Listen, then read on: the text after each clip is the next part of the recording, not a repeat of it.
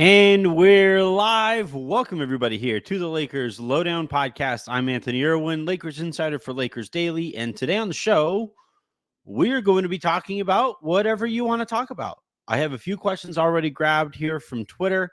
I'm going to check into the iTunes mailbag to see what's going on over there.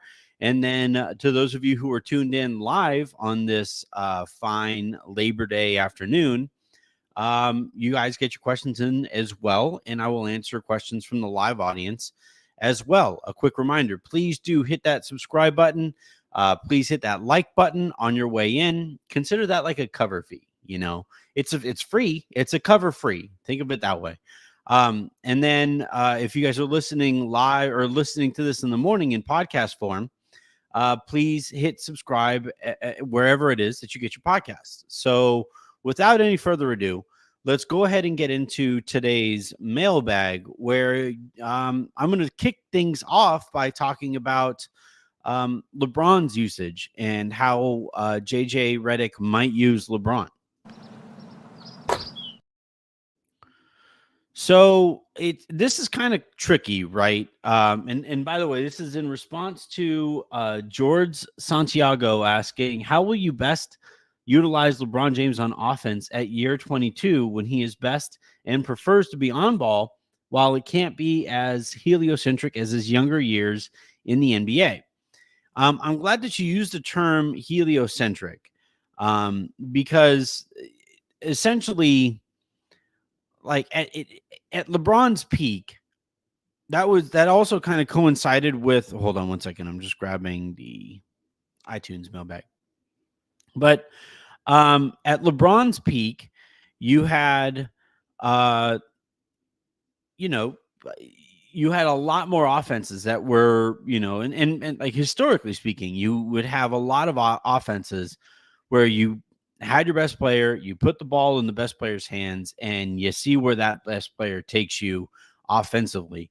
And for that, early on in the NBA, you had more motion offenses, and Showtime obviously was a little different. It was heliocentric in that Magic was obviously dominating the ball, but they also got out and ran so much that like the kinetic energy behind getting out and running kind of drove that offense.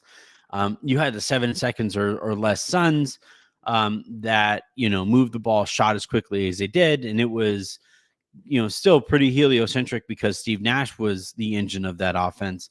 And you essentially, when you have a LeBron James on your team, you want the ball in LeBron's hands as often and for as long as you possibly can get it there.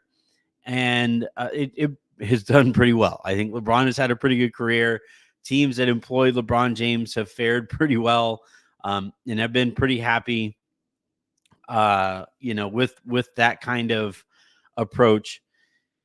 And yet, in fairly recent years, we have started to see more of a move away from heliocentric offenses, and part of the concern there is that a heliocentric offense, and to be clear, what that means is that ball's always in Luka's hands and Harden's hands and LeBron's hands and so on and so forth, whereas the Warriors have somebody like Steph, and they attack you from far more directions than just the one being Steph. And Warriors fans would point out, Aaron, if he was here, would say I wish we were a little bit more heliocentric.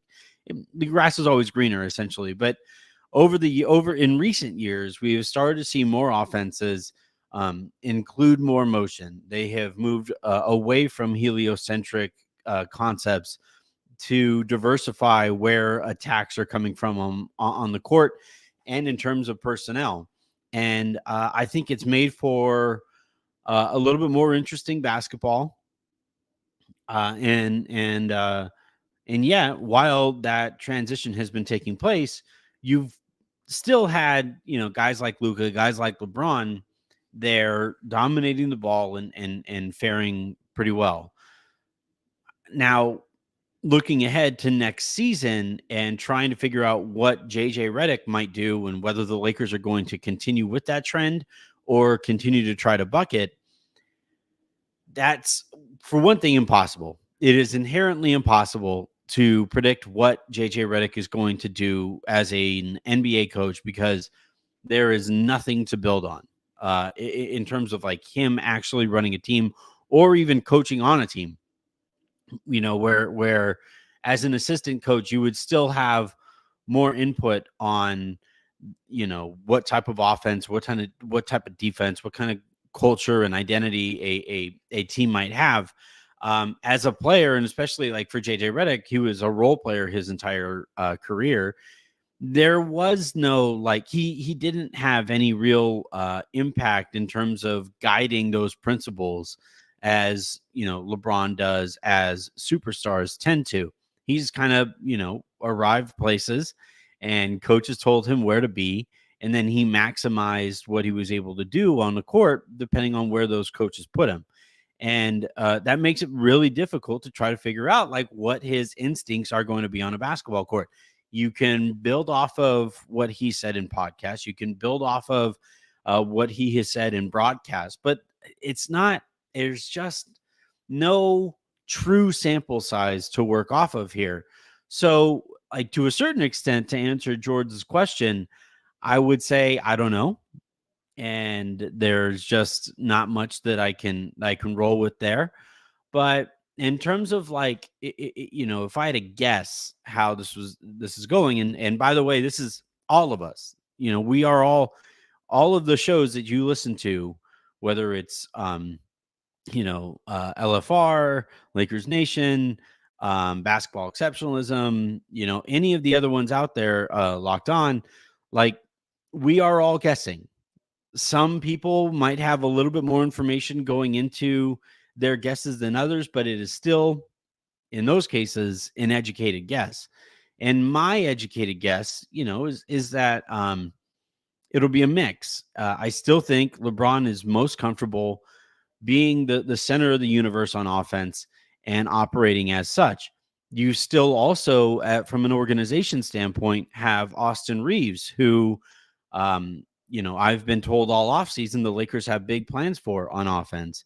And then, oh, by the way, you have Anthony Davis, who for basically the vast majority of his time as a Laker, we get told every offseason that this is the year that he is going to be the centerpiece of the Lakers' identity. And so, like, with all of those factors, I think you'll see more of a blend this year in terms of a motion offense or a more modern offense, and a heliocentric one featuring LeBron. But LeBron is entering year 40 or year 22. He's entering his age 40 season. Like, this is, old dogs and new tricks, essentially, is a point that I think needs to be made here. So you combine all of it, and I know it's not the most hard line answer. It's not the most definitive answer, but I do think it'll be some mix of LeBron on the ball. I think he'll be setting screens on the ball. He'll be operating as the hub in it, out of the high post. And I think he'll also be moved into the low post, where he is like a top 3 most efficient low post player in the sport in terms of points per possession. So all of that is to say that, and again, this is me hoping that this is the case, but when you have a LeBron James, it's actually really exciting to consider the idea of moving away from just giving him the ball and saying, go do your thing. Because, moving him all over the court makes him that much more difficult to guard. So my hope is that there is that blend that we just talked about. What I think will happen is that at least early, we'll see them try to figure out what that blend is actually going to be. And then when it comes time to like win games and such, we'll see a move back to give the ball to LeBron, let him figure it out, and let him take us home. Which, again, even with him at this stage of his career, I'm perfectly fine with, because he's still that dude. We actually have a couple questions here from the iTunes mailbag. So I'm going to go ahead and dive on into those. A quick reminder that this is the best way that you can guarantee your question is going to be asked, aside from or outside of leaving a super comment. Like, this is free. It helps the show. It makes us look better in that algorithm on iTunes, and helps this thing keep growing. But let's go ahead and answer this question. This comes from Bruin Rider 78. It is the subject line is the bubble rant. Best rant ever. Anthony dismantles the sheer stupidity of all the anti-Laker and anti-LeBron trolls who complain about the bubble season. I watched every playoff game, and the level of play was insane. Denver came back from 3-1 against both Utah and the Clippers. The Boston-Toronto 7-game series, Miami upsetting the Bucks, then out-toughing the Celtics. Man, the basketball, like, I know we were all in a very, very dark space during COVID. I was right there with you, and needed to make some like serious life changes coming out of coming out of COVID. We all did. And still, while that was going on, you watch those playoff games against these teams that had no distractions. There was no travel to worry about. They were just, it was basketball, in my opinion, in its purest form. Now, I do wish that we would have had real fans there just to see what that would have looked like, but obviously that was impossible back then. And I think that's a real factor. I think, there's a mental and psychological advantage for some players when you remove fans living and dying with every possession, as we do during playoff games. But still, even, taking that into account, that basketball was incredible. And most importantly, and I think this is a point that I made that day when I went on that rant. Maybe I'll clip that rant and I'll use it on a later day. But I think the most important point that I made there, that has been made several times over, and I think continues to need to be made and remade, is that the players themselves say that is the best basketball they ever participated in. If that's what the players are saying about it, and it's like damn near consensus, it's essentially consensus that's how the guys felt about that playoff run. I'm just gonna shut up and listen to those guys, because they obviously know more about that than the people who I disagree with about the bubble. They know about it more about it than I do. They experience it. Shit, I've interviewed people who covered that bubble run, and they'll say that like that was just basketball, the way Dr. Naismith intended. It was incredible to watch those guys and see what they were capable of, with no distractions. There was nothing else going on but the basketball that they were playing. And not nothing else, because obviously there was a lot else going on, but in terms of like not worried about travel, not worrying about like getting tickets for family for playoff games, not worrying about, it was different, and it was fun, and the Lakers won a championship. And if you're a Laker fan and you're discounting your own championship, I come back to why. All right. Viva Exceptionalism writes, hey, Anthony, me again, love the show. Best in the Lakers business. Thank you very much. During your Rui pod, you said that for what he's making, he's supposed to be one of the Lakers' cornerstones. I don't agree with you there.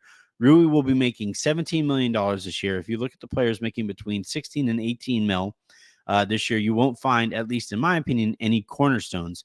Hardaway, Dort, LeVert, Zach Collins, Herter, Bogdan Bogdanovic, Malik Monk, Harrison Barnes, Patrick Williams, Nurkic, Josh Hart, Sexton, D'Lo, only Dort, maybe Nurkic, and humorously, D'Lo could be considered cornerstones of their franchises. Are your expectations of Rui too high? Same question as to Max at his salary there. I excluded high drafted rookies on their contracts. Rui is a good to potentially very good role player, but that's about it. I don't see the Lakers getting any player I'd consider a cornerstone We don't have the assets or the competence in the front office, even if we did. Keep it going. Signed, Lakers exceptionalism. So looking at that list, I would say Malik Monk, I would consider a cornerstone there. He's a big chunk of their identity. I think Josh Hart also, like he was playing 48 minutes and change in some playoff games last year. Like that guy's a cornerstone of their organization. The other players listed there, like, Lou Dort, I would agree is a cornerstone type of guy on that team. Karis LeVert, not a cornerstone guy. He signed his contract under a very different CBA. And this is the other thing, too. Under this new CBA, I do think that we're probably going to see players like Rui squeezed out because essentially we've seen this in baseball because of Moneyball, where the guys who definitively and objectively impact winning and help you win baseball games, especially early and into their prime. Those guys get paid, they keep getting paid, and their teams just aren't worried at all about writing what essentially become blank checks to those kinds of players. Um, it's when that impact on winning starts to diminish. It's when that age starts creeping up that essentially the middle class in baseball has been ravaged by Moneyball and Moneyball's principles. And I think with this new CBA, we're going to see a version of that in the NBA where your superstars are always going to be paid. There's always going to be some team that comes along that is willing to pay a star or superstar, especially superstar, max dollars. So those guys are always going to be well paid. You then have the lower level of the league, those veteran minimum contracts. And I think we're going to see more and more and more of those veteran minimum contracts. And then you have rookie scale contracts. That's a little different. So I won't even really kind of count those. But, essentially what you're looking at here is guys at the top are very well compensated. People at the bottom, we're going to start seeing more and more of those veteran minimum contracts go out. And that leaves that big ass gap in between the highest level of the NBA economy and its lowest level. And for more and more and more of those players that rank in that middle area in terms of their impact on winning, teams are going to look for more and more reasons not to pay those guys. And they're going to be that much more choosy with the kinds of guys that they give more than veteran minimum contracts, more than salary exceptions and stuff like that. Those guys that make 18-ish million dollars and legitimately impact winning, that's the new market inefficiency. So if the Lakers are able to if we find out that Rui is part of that group that becomes a market inefficiency, he won't remain there for long because eventually he's going to get paid for his impact on winning. If he doesn't impact winning in the way that we need him to, or the Lakers need him to, that's when you're going to start seeing that number fall off of a cliff at the end or after this upcoming contract or the contract that he's currently in. So do I think it's fair? No. I think the CBA completely ravaged what the NBA's economy and how it functioned, but what that economy looks like. And I do think I'm probably expecting a little too much out of Rui. However, and this is a lesson. This is the lesson I am not looking forward to, or I'm looking forward to least in terms of trying to teach this to Avery. The world ain't fair, man. It just isn't. Like, it is not Rui or anybody in the middle of that NBA's economy. It is not their fault that their players union bent over the way that they did for the owners in those negotiations. It's not their fault that that's how that played out. However, that's how it played out. And either you live up to expectations that are too high, or you watch your earnings fall off of a cliff. Just ask Gary Trent Jr. Just ask the guy who went to Phoenix, Tyus Jones. Like, just ask how those guys feel about the lack of the middle of the economy, the meat of the economy in the NBA is just gone, and it's not fair, but that's the reality. And Rui needs to live. We all need to live in what new realities hit us right upside the head. All right. We got one more question here from the iTunes mailbag. So this is a subject line. Thanks for the amazing coverage from LA 240825.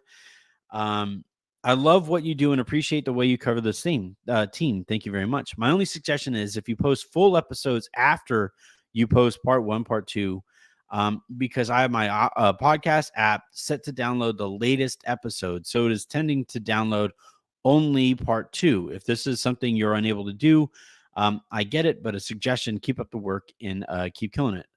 That's an interesting idea. I could probably do that. I could probably just essentially the way I do it now is I schedule it out for midnight Pacific, and the longest episode I schedule out at midnight Pacific, and then part two I schedule out at 12:01, and part one I schedule out at 12:02.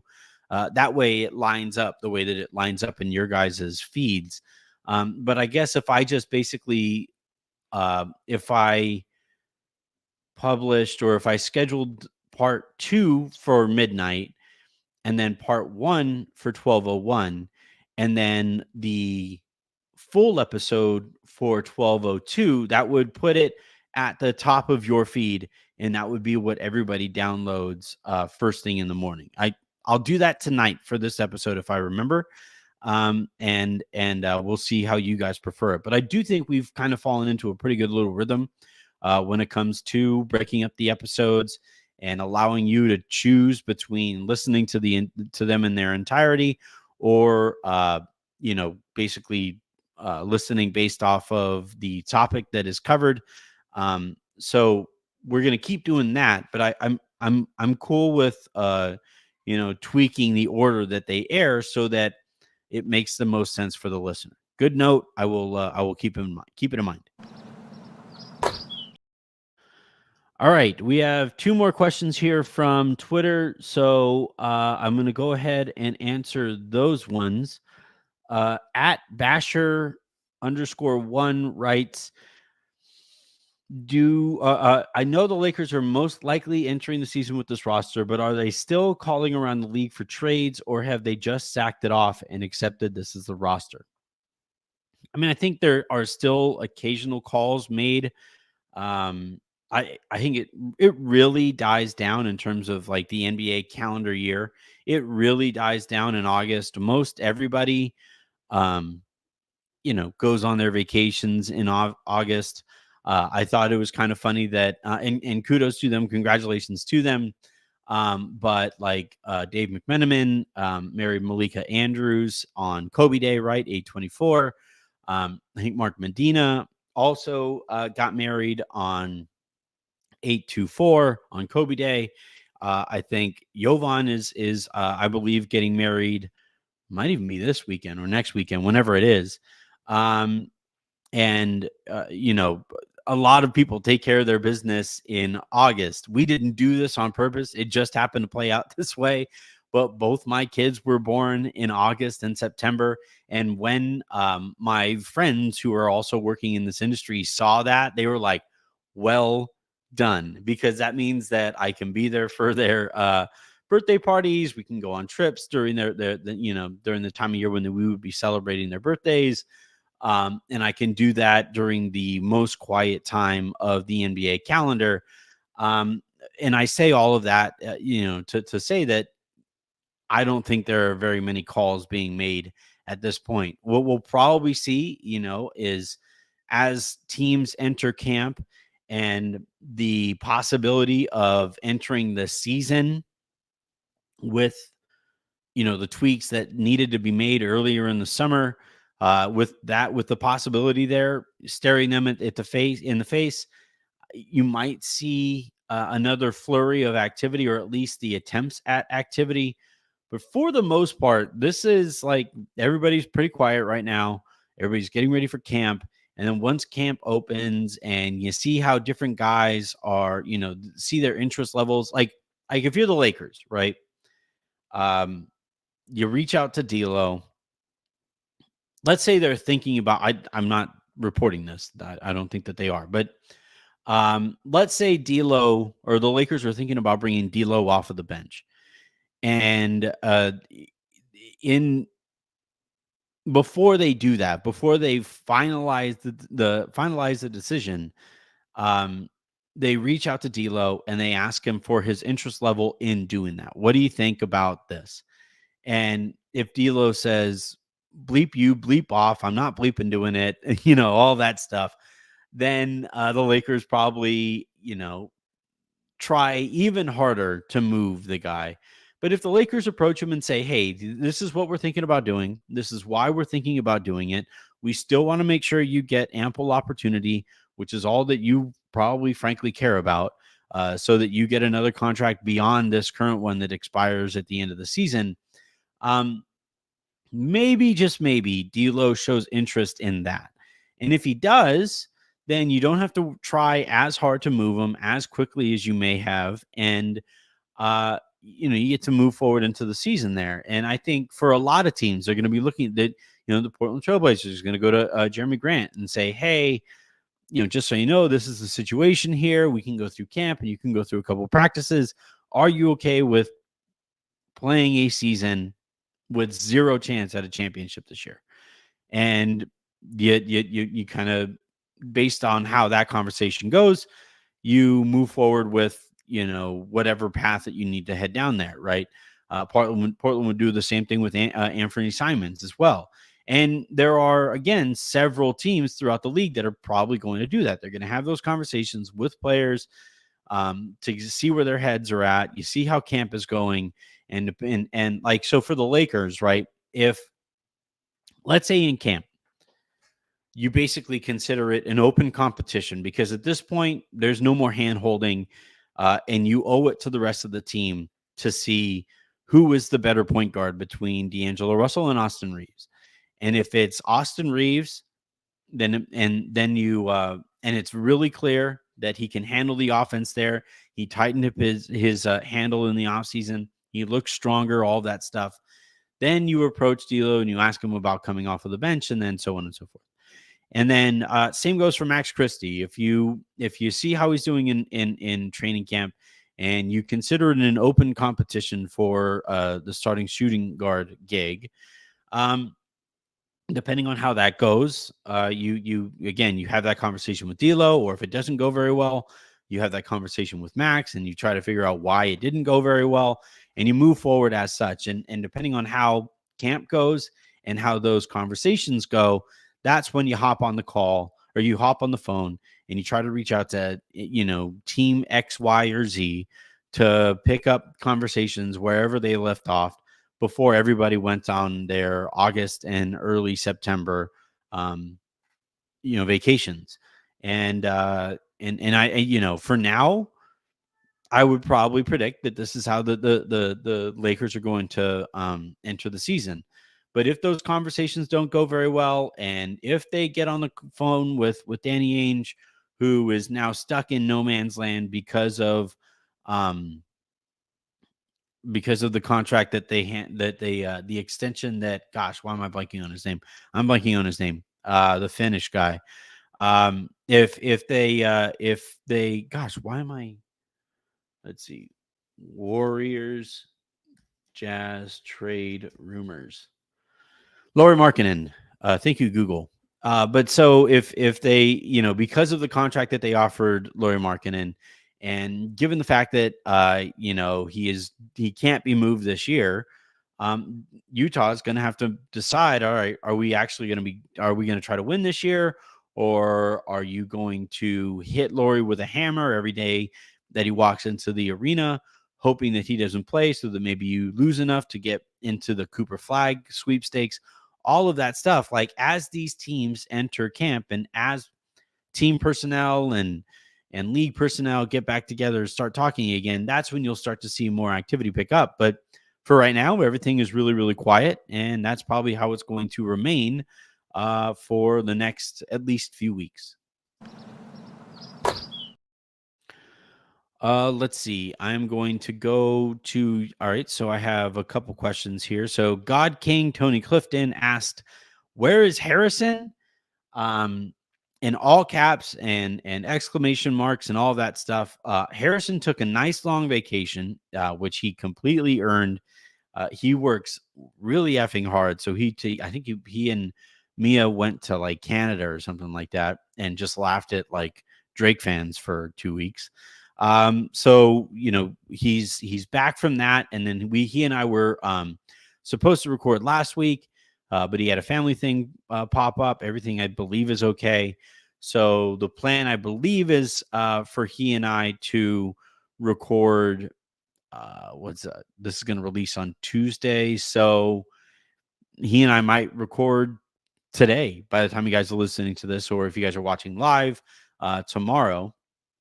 Also going to have Raj on the show a little bit more too here moving forward. We have some cool news on that front as well.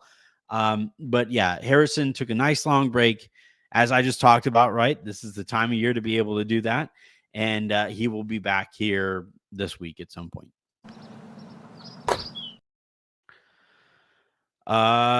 Lil Chris Johnson 18 writes, "Can you see the Lakers playing big with at least 3 of Braun, AD, Wood, Vando, Rui, Hayes on the floor all the time?"